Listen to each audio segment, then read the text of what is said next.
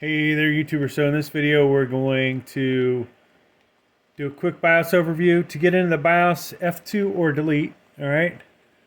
And I have the lights on at the moment to help me center this up a little bit before we get into this. Now let me shut them down. And yeah, unfortunately, not using a capture card. We are using a cell phone. So when you first go into the BIOS, you're going to be in easy mode. You can see upper left here some information about the motherboard as far as the CPU goes, what the processor speed is. You also see the BIOS version 2.01 right there. Below that, we see RAM. We have 2 sticks of RAM in here. Right here, XMP profile set to auto. That we want to go ahead and overclock our RAM up to 3200 megahertz. So I'm going to click on profile 1. Profile 2 drops it down, different timings there. So we'll leave it at that. Over here, the bottom left, you see what storage devices are hooked up to this. Appears I have 2 M.2s on here, which is a bit of a surprise. I didn't realize I put 2 in this one. But over here, we see the CPU temperature. And I must have a pretty decent CPU cooler on here. Motherboard temperature, fan status. Right here you can change the speed. Of course, depending on your CPU cooler, it may get really loud if you go up to full speed. Leave that on standard.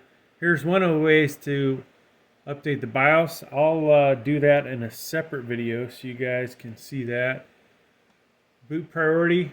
We can move around our different M.2s to boot to the drive that we want. Now, of course, if you do a BIOS update, you may find that this is out of whack. The drive that you originally had as your boot drive may end up not being the boot drive.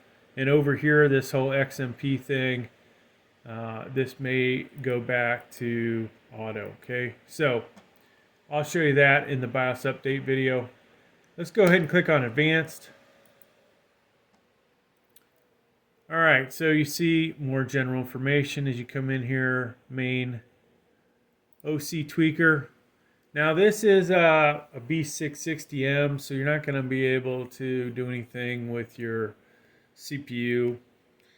And unless you have like an Asus DDR5 motherboard, you're not going to be able to adjust block frequency, so you probably don't want to waste your time looking for that. So, some of the information about the CPU. Of course, the max speed any of the cores can see on this one, I believe, is 4.4.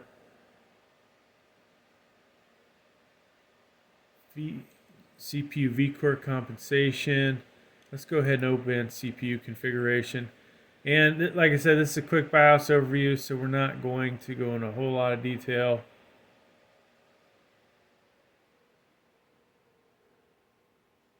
Here is where you would disable turbo boost if you wanted to. Now, reasons you might want to disable turbo boost. If you're having problems with your CPU cooler, keeping your CPU cool, and you have a decent CPU in here, disabling that will of course cause a loss of performance, but it will significantly drop down the heat that comes off the CPU.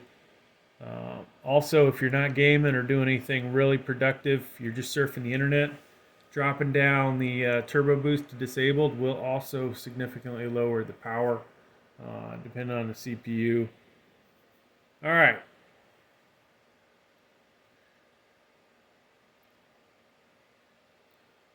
Power limits. I don't really expect that you can do a whole lot here. You've got PL1, PL2. So this is PL1. I would be curious if I could set this much higher. Usually the limits, I think 4,000 something, 4098. We'll just type in 4,000, see if it takes. No, it's not going to take. Or maybe it is. Yeah, I don't think that actually took, folks. Let me just put auto back here. On a good motherboard, you can adjust this. There aren't really any heat sinks on the VRM, so I don't really get the feeling that I would be able to adjust this much. What that value you can actually go up to, is it's a good question. But something for you guys to play with. I'm not gonna mess with it here. I was hoping I would be able to set this to unlimited, but does not appear that that would work. RAM configuration. This is a place you can go set your timings. Now, if it so happens that your computer can't handle, say, 3200, like I set it to, you should be able to come in here and change this manually. If I needed to drop it down, 2933, 3000, whatever, I would do that there. Sometimes, RAM is not on the supported list for RAM for motherboard. Where do you find that out? The manufacturer's website under support, not the one at the top, but the one that is in the section dealing with your motherboard. You can go in there and find out if your RAM's compatible. A lot of times, it'll work. It just won't run at the speed stated if it's not on that list. So you may find yourself dropping it down. Like I said, timings, if you're into that stuff, yours truly doesn't really mess with that. That's what's in there. You may have to slow-mo this. Trying to go through this relatively quick.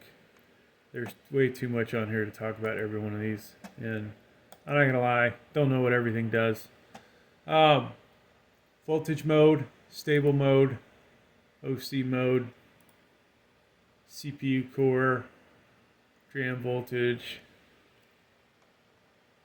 and that's all on the screen. Under fiber configuration.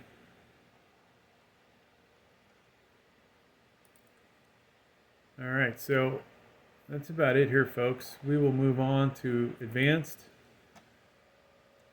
CPU configuration again, but this is slightly different. Yeah, this is different than the other one that we just saw.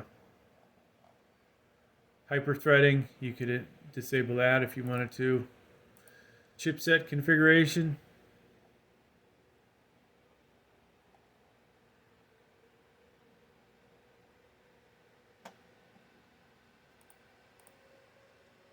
Storage configuration.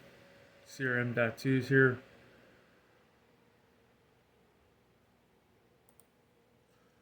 NVMe. Intel Thunderbolt. Super I/O configuration. ACPI. USB configuration. Trusted computing. So TPM 2.0, this obviously means what? It supports Windows 11.